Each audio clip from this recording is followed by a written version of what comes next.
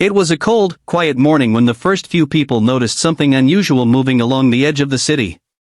From a distance, it looked like an ordinary deer, tall and majestic, but as it came closer, the truth revealed itself: a large adult deer with grand, branching antlers, its neck painfully trapped inside the rim of a heavy car tire. The dark rubber clung tightly to its body, pressing into the skin and leaving deep marks, each step making it struggle for breath. The sight was both shocking and heartbreaking.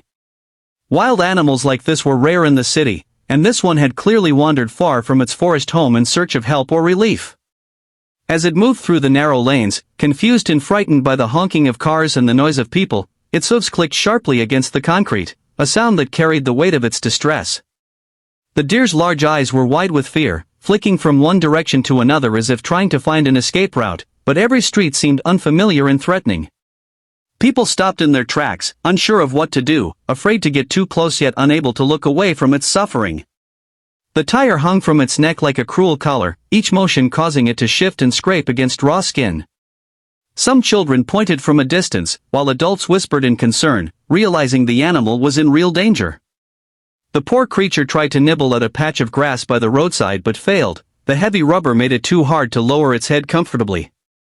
Its ribs showed faintly under its fur, signs of exhaustion and hunger. Hours might have passed since it had last eaten or drunk water. A few people called local animal control, while others reached out to wildlife rescuers, hoping someone would come before the situation got worse.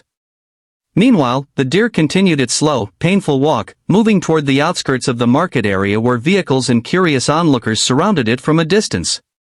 It was a scene filled with tension, the wild meeting the urban, life and danger standing side by side.